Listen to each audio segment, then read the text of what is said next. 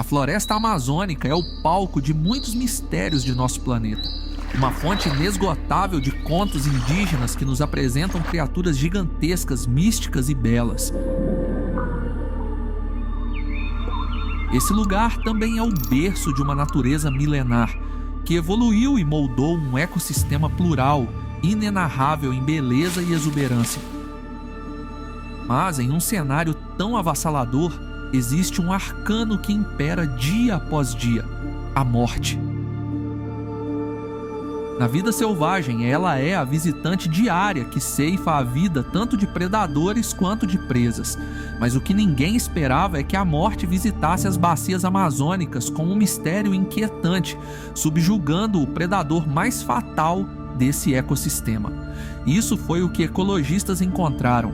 Estendida sobre as folhas secas, jazia uma divindade caída, um gigante de 130 quilos, uma máquina de matar desenhada por milhões de anos de evolução para ser o governante absoluto daquelas matas. A onça pintada, o fantasma das Américas, a criatura cuja mordida é capaz de perfurar crânios de jacarés como se fossem papel. Ela estava morta, mas a cena do crime contava uma história diferente do comum. O corpo do rei não tinha marcas de balas, nem cortes cirúrgicos de caçadores ilegais. Havia perfurações profundas, rasgos que atingiram órgãos vitais e muita brutalidade. Ao lado dela, a poucos metros, o corpo do seu assassino também esfriava. Não era outro felino, não era um bando de cães selvagens, nem uma sucuri gigante. Era uma criatura que a maioria de vocês vê em desenhos animados como inofensiva. 2 corpos, um predador destronado e um monstro improvável. O que aconteceu naquela clareira não foi uma luta, foi um evento de destruição mútua assegurada. Bem-vindos ao Worldinário. Hoje vamos investigar um dos casos mais audaciosos da natureza selvagem.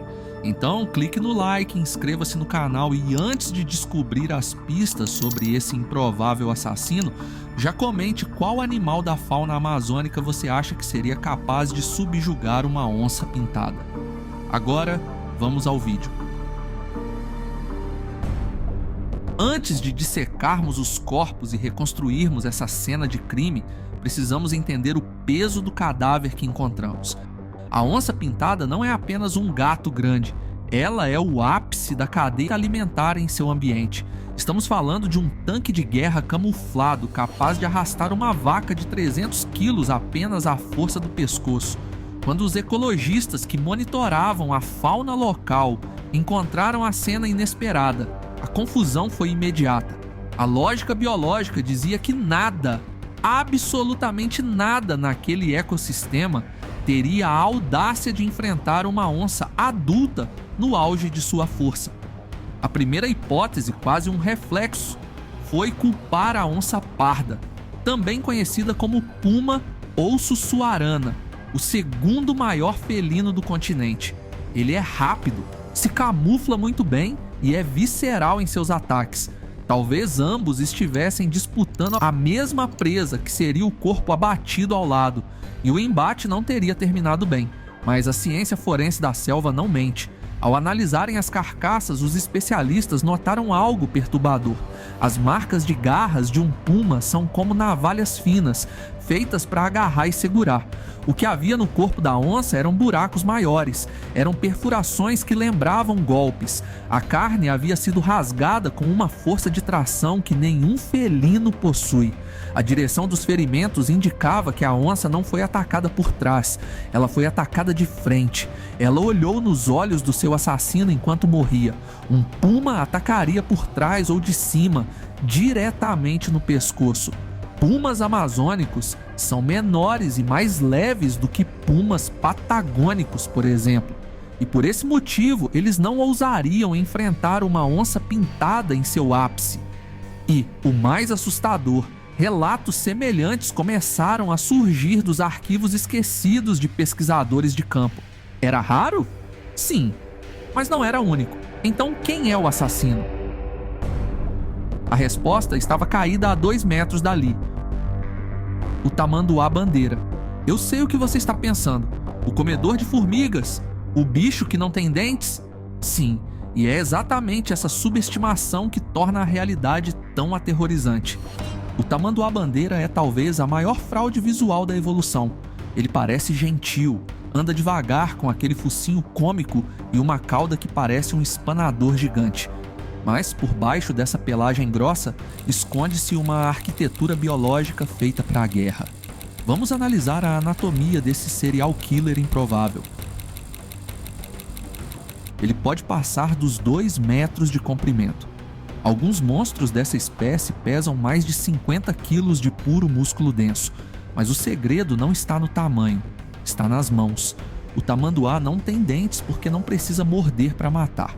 A evolução converteu suas patas dianteiras em ferramentas de destruição em massa.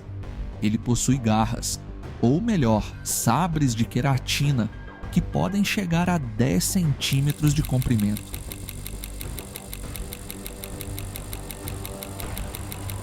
Pare e olhe para sua mão agora. Imagine unhas curvas, grossas como aço, afiadas como bisturis, projetadas não para coçar, mas para destruir concreto. A função primária dessas garras é despedaçar cupinzeiros. E se você nunca tocou em um cupinzeiro, saiba que eles são duros como cimento armado. Afinal, precisam permanecer intactos após uma tempestade tropical. Então, estamos falando de um animal que tem força nos braços para quebrar cimento seco com um único golpe. O que você acha que ele faz com a caixa torácica de um predador? Ele não corta, ele atravessa. O tamanduá é a presa, mas, no escuro da floresta, aquele que se vê acuado pode explodir em fúria de defesa. É fácil descrever esse cenário. A onça-pintada, movida por uma fome insaciável e uma confiança arrogante, detecta o cheiro do tamanduá.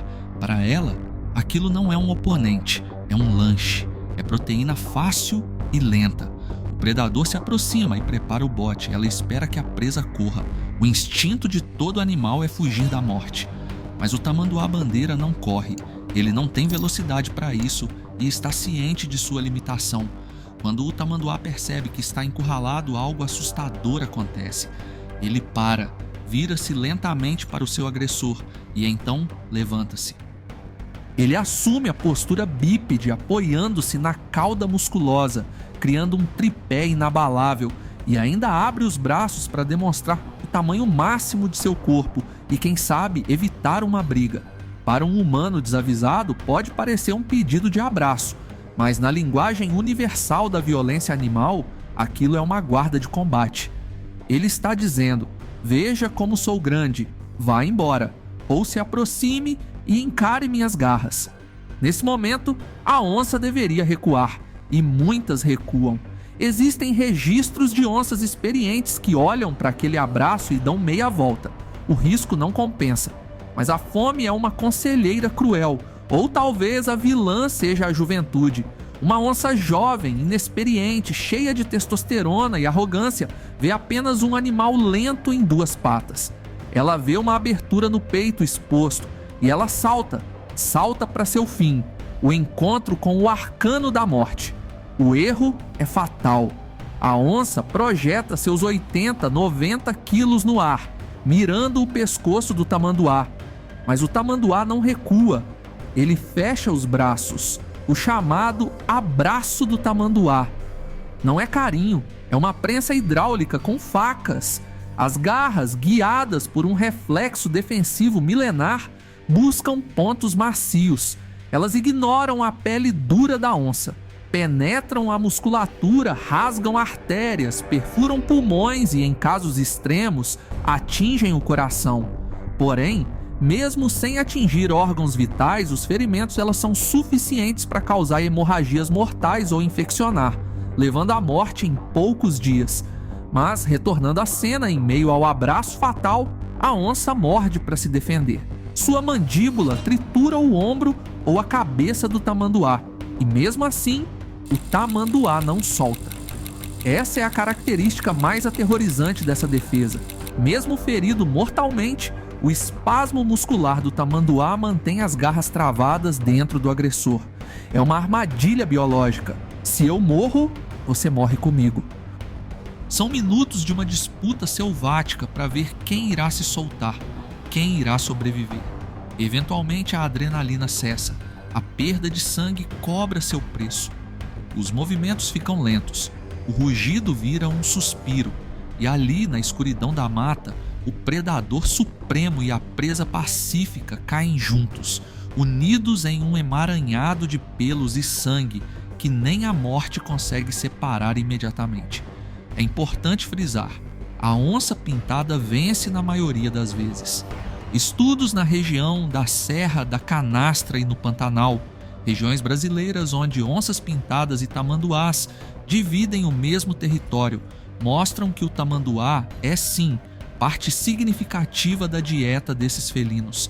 Em algumas épocas do ano pode representar 75% da biomassa consumida.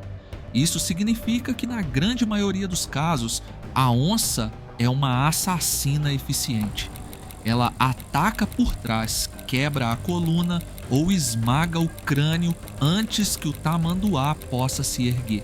É um abate a sangue frio, sem chance de defesa, mas os casos que encontramos entre os corpos duplos são os erros estatísticos, são as falhas na Matrix. Geralmente as onças experientes recuam, as jovens enfrentam o perigo e acabam sucumbindo a ele. Nós gostamos de categorizar os animais em caixas limpas. Este é o predador, ele é mau e forte. Esta é a presa, ela é fraca e boa. Mas a selva não liga para as nossas narrativas morais. O tamanduá-bandeira é a prova viva de que a evolução não privilegia apenas o ataque, ela premia a sobrevivência a qualquer custo. Ele é um animal cego, surdo, para os padrões humanos, que carrega em suas patas a capacidade de humilhar o rei da Amazônia. E se você acha que o tamanduá é o único falso fraco da natureza, você não faz ideia do que está por vir. O reino animal está cheio de assassinos silenciosos, de venenos invisíveis e de armadilhas vivas esperando pelo próximo erro de seu opositor. Basta uma pequena brecha ou uma rápida oportunidade para o jogo de xadrez virar e a presa se converter no algoz. Tenha certeza de que na natureza a paz é apenas o intervalo entre dois massacres. Deixe seu like e inscreva-se. Comente o que achou. Obrigado por assistir. Fui.